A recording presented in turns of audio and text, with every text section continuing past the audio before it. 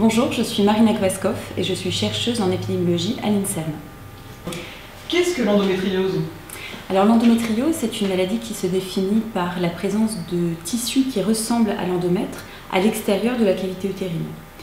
Donc dans cette maladie, ces lésions vont se retrouver un petit peu partout dans la cavité pelvienne et elles vont se coller à d'autres organes et tous les mois elles vont répondre aux hormones du cycle menstruel et saigner là où elles se trouvent à l'extérieur de l'utérus. Ce qui crée énormément de douleurs, d'inflammation et de dommages aux tissus environnants. Première partie de ce séminaire concernant la description de la maladie. Quels sont les symptômes qui peuvent laisser suspecter une endométriose? Alors les symptômes de l'endométriose, le symptôme majeur, ça va être la douleur. Les femmes vont ressentir des douleurs pendant les cycles menstruels, mais aussi en dehors. Des douleurs pendant les rapports sexuels, lors de l'évacuation d'urine ou de sel. Et il va y avoir aussi certaines fois des troubles intestinaux. Et les patientes vont aussi ressentir une grande fatigue chronique et c'est également une grande cause d'infertilité. Peut-on être atteinte sans le savoir? Oui, on peut être atteint d'endométriose sans le savoir dans la mesure où il y a des cas qui sont asymptomatiques, c'est-à-dire qu'on n'a pas de symptômes du tout et donc il n'y a pas de douleur. Et très souvent, ces cas-là vont être découverts au moment de l'investigation d'un épisode d'infertilité. Mais on peut aussi être atteinte en ayant des symptômes sans le savoir et à ce moment-là, on entre dans tout ce qui est délai de diagnostic.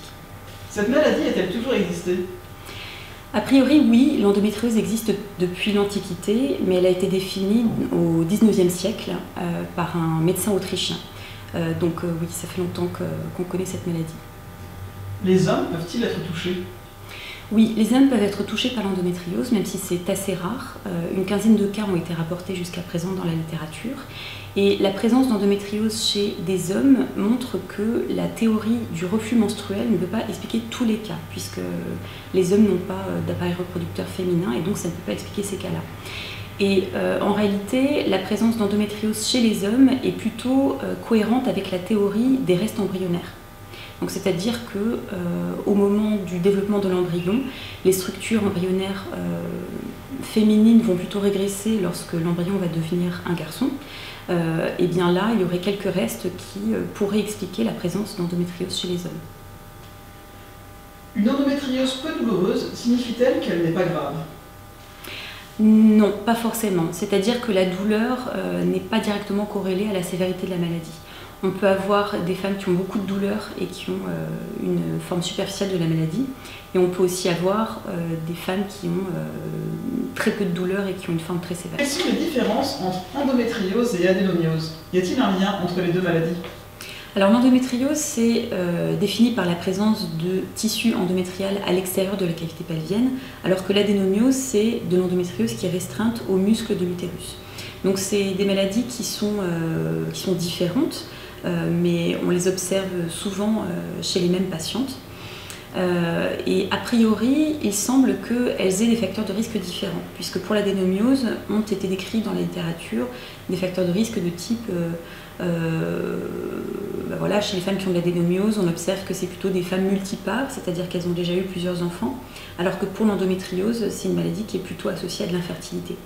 Cependant, on observe aussi de l'adénomiose chez les femmes qui n'ont pas eu d'enfants, et on observe aussi l'endométriose chez les femmes qui ont eu beaucoup d'enfants.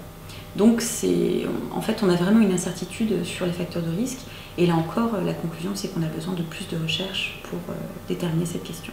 Seconde partie de ce séminaire concernant les origines et l'évolution de la maladie. Existe-t-il un quelconque moyen de stopper, ou du moins de ralentir, le développement de la maladie? Alors, dans certains cas, le traitement hormonal va être efficace pour stopper les symptômes. Donc ça va être un traitement hormonal. Le traitement chirurgical aussi peut aider à améliorer les symptômes de la maladie. Et sinon, en dehors de ça, certaines observations ont suggéré que certains facteurs alimentaires, en particulier l'adoption d'un régime anti-inflammatoire, pouvaient aider à diminuer les symptômes de la maladie. Donc le régime anti-inflammatoire, ça va être une consommation élevée de fruits et légumes et une consommation restreinte de viande, en particulier de viande rouge, de produits laitiers et de gluten. Mais jusqu'à présent, il y a peu d'études scientifiques qui ont été réalisées sur cette question et donc on a besoin davantage de confirmations scientifiques. À quel âge se déclenche la maladie? est-elle silencieuse mais présente avant son déclenchement? Alors les données épidémiologiques dont on dispose montrent que l'endométriose est une maladie de la femme jeune et qu'elle survient majoritairement avant l'âge de 30 ans. Cependant, il semble que dans beaucoup de cas, cette maladie va démarrer au niveau de l'adolescence, au moment de la puberté. La maladie peut être silencieuse chez les cas asymptomatiques, c'est-à-dire quand il n'y a pas de symptômes. Maintenant, généralement, quand la maladie est présente depuis la puberté, il y a très souvent des douleurs. Peut-on guérir de l'endométriose? Alors a priori, c'est une maladie chronique, donc c'est difficile de dire qu'on peut guérir de cette maladie, mais on peut avoir du répit. Et en particulier, on peut avoir du répit sous traitement hormonal grâce à un traitement chirurgical pendant la grossesse ou pendant l'allaitement, ou aussi après la ménopause. Mais chez certaines femmes, les douleurs persistent malgré ces facteurs-là. Et en tout cas, voilà, c'est plutôt une maladie chronique. Quelles sont les hypothèses sur les causes de l'endométriose les plus probables aujourd'hui? Alors il y a 4 grandes causes suspectées pour l'endométriose. Il y a tout d'abord une origine hormonale, puisque c'est une maladie qui est hormonodépendante, c'est-à-dire que les taux hormonaux et les expositions hormonales vont mener à un plus grand risque de la maladie. Il y a aussi une piste génétique, puisqu'on a déterminé qu'à peu près 50% des cas étaient d'origine génétique. Voilà, avec certains facteurs et certaines régions du génome qui sont plutôt impliquées. Il y a aussi une cause immunitaire et inflammatoire, mais on ne sait pas exactement dans quel sens ça va, c'est-à-dire qu'il se pourrait qu'il y ait un terrain immunologique particulier qui pourrait favoriser le développement d'une endométriose, ou bien il est possible qu'une endométriose mène à un terrain immunologique immunitaire particulier parce que le système n'arrive pas à éliminer les lésions de la qualité pelvienne. Et enfin, il semble aussi qu'il y ait un impact des perturbateurs endocriniens, donc de l'exposition à certaines substances chimiques à effet perturbateur endocrinien. Mais pour l'instant, les données de la littérature sont assez faibles pour pouvoir mener à des conclusions robustes sur cette question. L'endométriose est-elle héréditaire? Donc l'endométriose peut être héréditaire dans certains cas. Et on a observé que plusieurs femmes pouvaient être atteintes dans une même famille depuis les années 50. Et chez certaines familles, on a observé 2 régions génétiques qui pourraient être associées à une endométriose dite familiale. Mais dans ces régions, les variants n'ont pas été encore identifiés. Il s'agit de variants rares. Donc au final, les études génétiques ont mis en évidence qu'à peu près 50% des cas seraient d'origine génétique. Donc ça ne veut pas dire que ces 50% seraient tous d'origine familiale, mais en tout cas ça veut dire que des gènes peuvent être impliqués dans 50% des cas. Et au niveau de la recherche qui est faite dans ce domaine, donc la recherche est très active au niveau international, en particulier en Angleterre, aux États-Unis et en Australie. Et récemment, très récemment, il y a une étude qui a été publiée, qui était une méta-analyse de 15 études qui portaient sur l'ensemble du génome et qui ont montré auprès de 58 000 cas et 730 000 témoins que 27 régions génétiques étaient associées au risque d'endométriose. Et parmi ces 27 régions, il y en avait 13 gènes qui étaient nouveaux. Et parmi ces régions-là, ces régions étaient liées à des caractéristiques reproductives, aux douleurs chroniques pelviennes, à la densité osseuse, à des mesures anthropométriques telles que le tour de taille, le tour de hanche, l'IMC, c'est-à-dire l'indice de masse corporelle, à des cancers gynécologiques, des maladies auto-immunes et aussi des maladies coronariennes.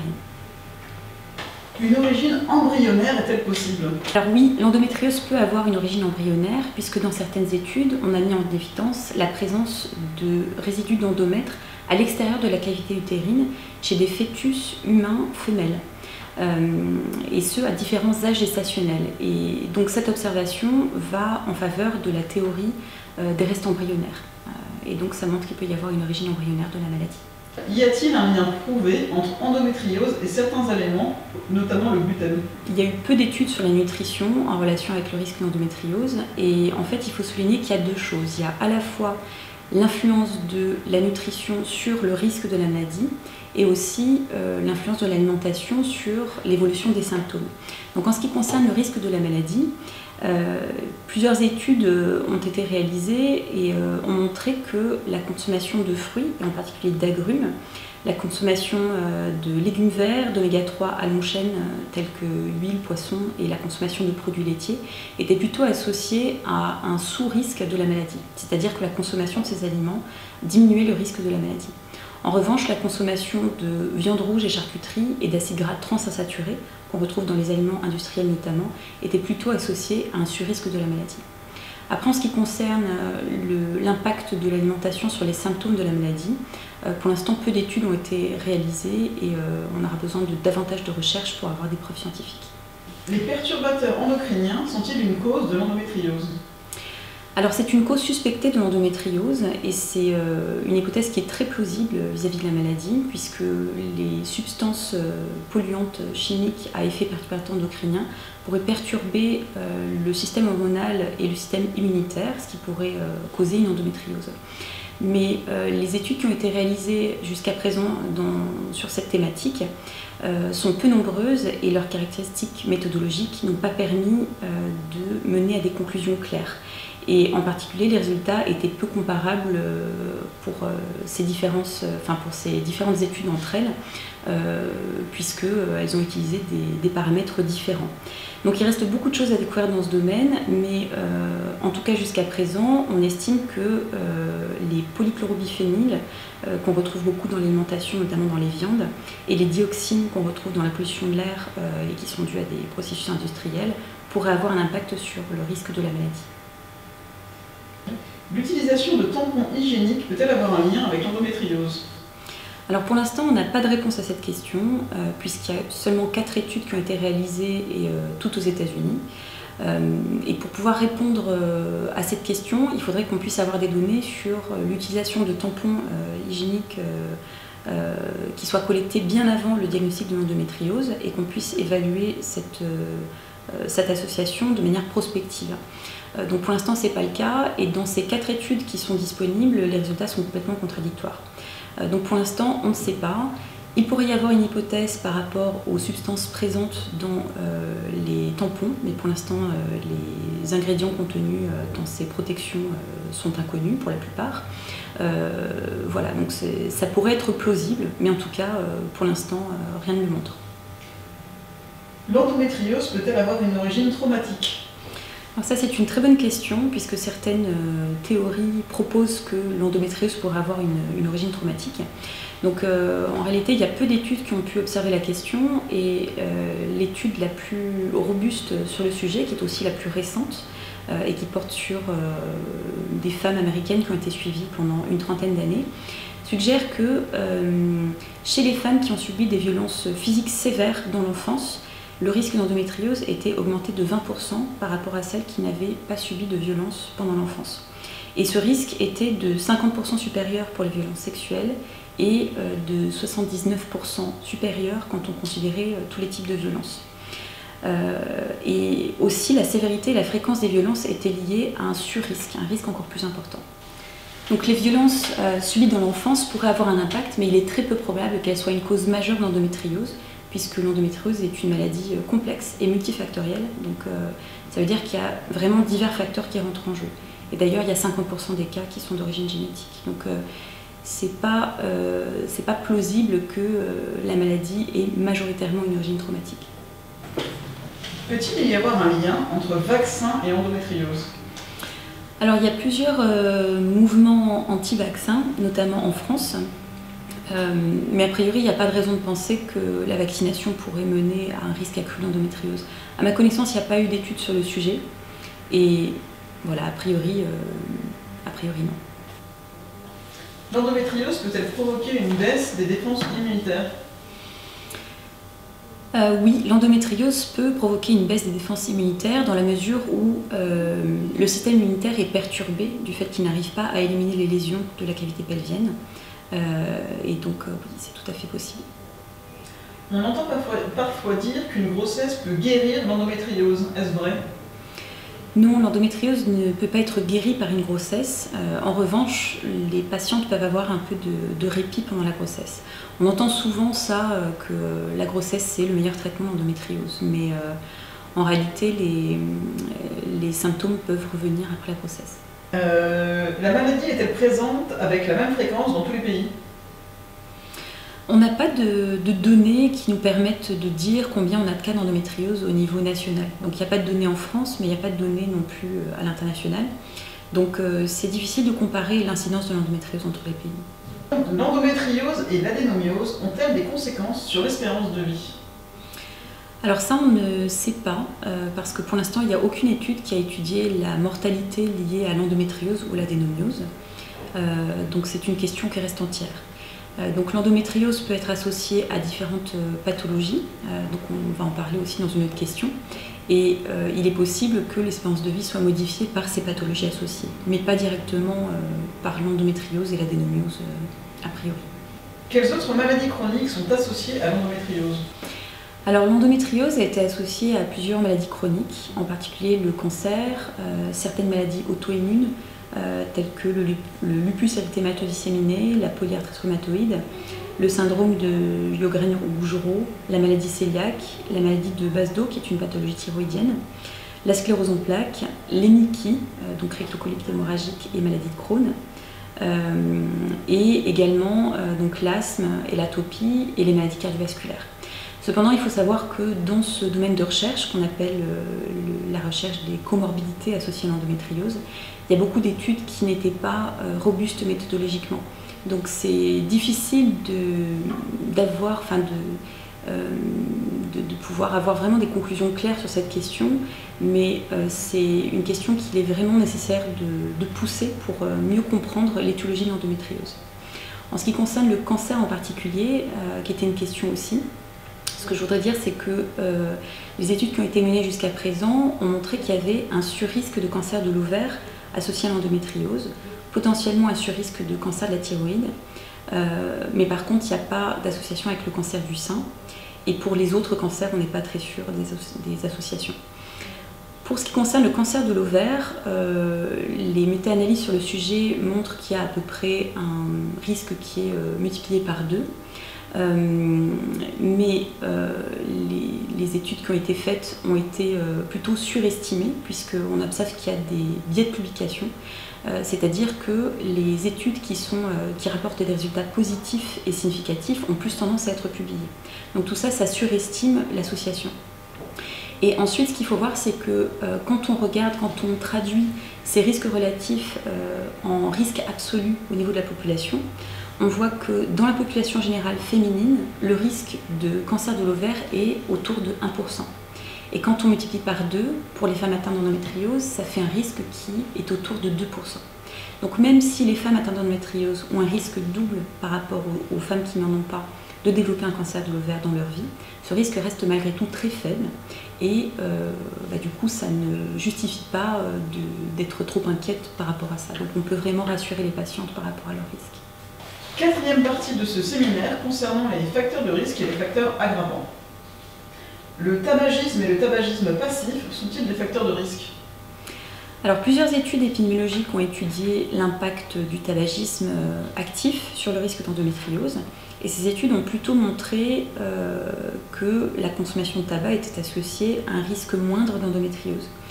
La raison pour ça, c'est qu'on observe ça aussi pour le cancer du sein par exemple, c'est que le tabac a un effet anti-estrogénique, c'est-à-dire qu'il inhibe la production d'hormones ovariennes pendant l'exposition. Mais il y a un petit danger associé, c'est que quand on arrête le tabac, ensuite la production d'hormones remonte. Et donc ça, c'est quelque chose qui n'a pas pu être étudié pour l'endométriose. Qu'est-ce qui se passe après l'arrêt du tabac? Donc pour les femmes qui consomment actuellement du tabac, il y a un risque moindre. Cependant, on ne peut pas recommander tout de même de consommer du tabac pour diminuer son risque d'endométriose, puisque le tabac est aussi associé à un surrisque de cancer, de maladie cardiovasculaire, parce qu'il y a beaucoup de substances dedans qui sont cancérigènes. Et en ce qui concerne le tabagisme passif, donc on a réalisé une étude dans la cohorte 3N, dans mon laboratoire de recherche, qui a montré que l'exposition au tabagisme passif dans l'enfance était associé à un risque plus élevé d'endométriose.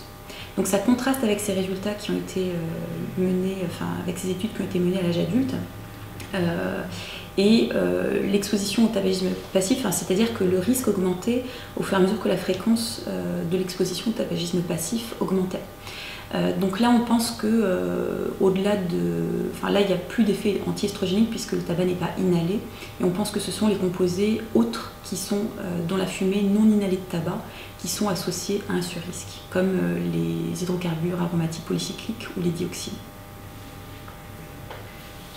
Être atteinte d'une autre maladie chronique est-elle un facteur de risque?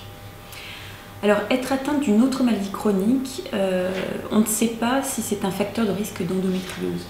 En réalité, dans le champ de recherche qu'on appelle le champ de recherche des comorbidités associées à l'endométriose, la plupart des études ont regardé la co-occurrence de l'endométriose avec différentes maladies.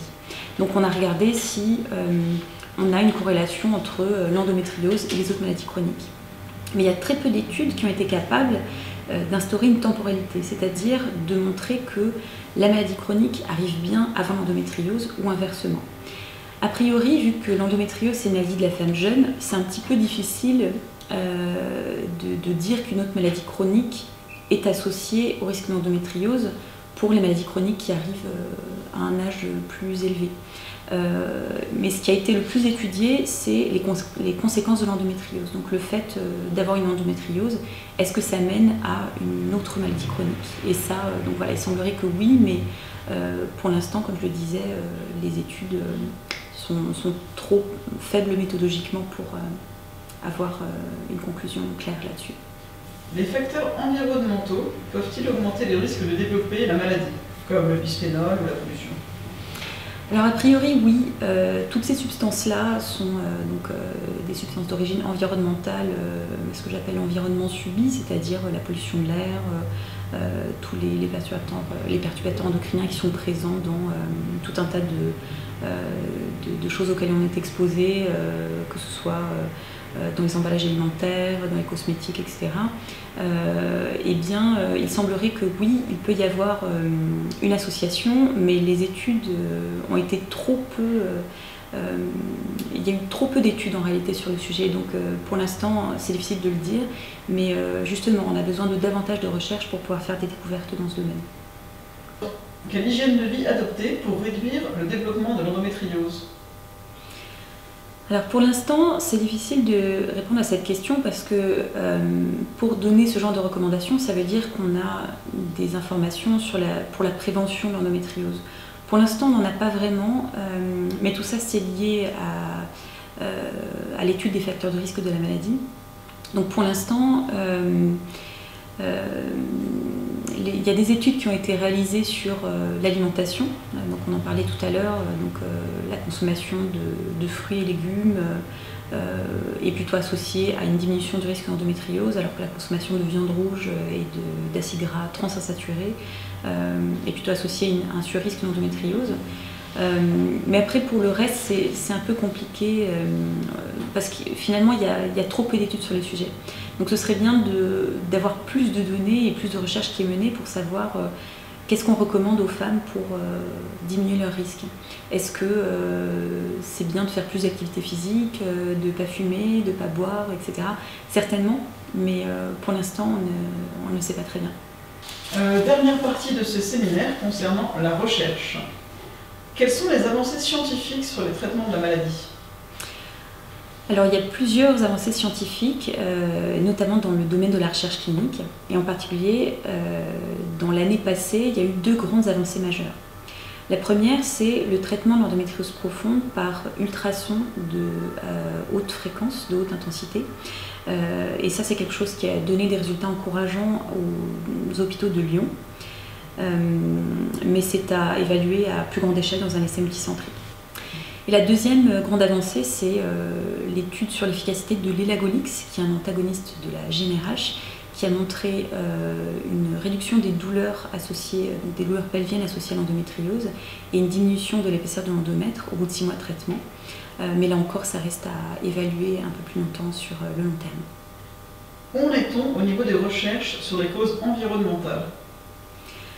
Alors, en 2016, il y a une revue de la littérature qui a été publiée sur le sujet et qui montre que plusieurs études ont été publiées sur le sujet et qui montrent qu'il y a une influence possible et potentielle de plusieurs polluants. Donc, parmi ces polluants, il y a des polluants persistants, des polluants non persistants. Parmi les polluants persistants, il y a des métaux comme le cadmium, le chrome, le cuivre, des dioxines, des pesticides organochlorés, HCB, HCH, des éthers diphényliques polybromés et des alkyles perfluorés. Et en termes de polluants non persistants, il y a eu des associations qui ont été rapportées avec les filtres UV de type benzophénone, le bisphénol A et des phtalates. Cependant, ce que met en évidence cette revue de la littérature, c'est qu'il y a trop peu d'études sur le sujet, les études sont trop petites, elles sont trop différentes entre elles, donc on ne peut pas bien les comparer. On a besoin de davantage de recherche qui est faite avec des grandes tailles d'échantillons et qui utilise les mêmes caractéristiques méthodologiques, quelles qu'elles soient au niveau international. La recherche contre l'endométriose dispose-t-elle de beaucoup de moyens financiers ? Alors non, la recherche sur l'endométriose ne dispose pas de beaucoup de moyens financiers. En fait, si on compare avec le cancer et le diabète, qui sont deux pathologies qui sont aussi fréquentes que l'endométriose chez les femmes, eh bien, il y a beaucoup plus d'organismes. Déjà, il y a des organismes qui financent la recherche. Pour le cancer, il y en a plusieurs. Pour le diabète, il y en a aussi. Pour l'endométriose, il n'y a pas d'organisme dédié. Et donc, il y a des financements qui vont pouvoir être non attachés à une cause particulière, mais ils sont assez faibles finalement, enfin ils sont assez restreints. Quel est l'intérêt d'une cohorte endométriose dans Compare ? Alors il y a beaucoup d'intérêt pour la création de cette cohorte endométriose dans Compare. La cohorte endométriose va nous permettre de répondre à plusieurs questions, et notamment quelle est l'histoire naturelle de la maladie, c'est-à-dire quelle est son évolution et quels sont les facteurs qui mènent à une évolution favorable ou défavorable de la maladie. Qu'est-ce qui fait que chez certaines femmes, on a une amélioration des symptômes après une hystérectomie et chez d'autres non? Qu'est-ce qui fait que parfois la maladie disparaît après la ménopause et parfois non? Et aussi, qu'est-ce qui fait que certaines femmes ont des douleurs et d'autres non? Il y a vraiment plein de questions auxquelles on peut répondre, et ça, c'en est qu'une toute petite partie. Mais en tout cas, on a tenu à inviter toutes les femmes qui peuvent répondre à des questionnaires en français, qui sont atteintes d'endométriose ou d'adénomiose, puisqu'on veut aussi étudier cette maladie qui est souvent associée. Qui ont des douleurs ou non, parce qu'on veut aussi étudier les cas asymptomatiques, qui sont de toute zone et origine géographique, donc quelle que soit leur origine, quel que soit l'endroit où elles se situent dans le monde, à partir du moment où elles parlent français, où elles sont francophones, et quel que soit leur âge aussi. Donc on a vraiment besoin d'une grande diversité de profils pour pouvoir étudier tous les cas possibles, à partir du moment où elles sont adultes, c'est-à-dire à partir de 18 ans.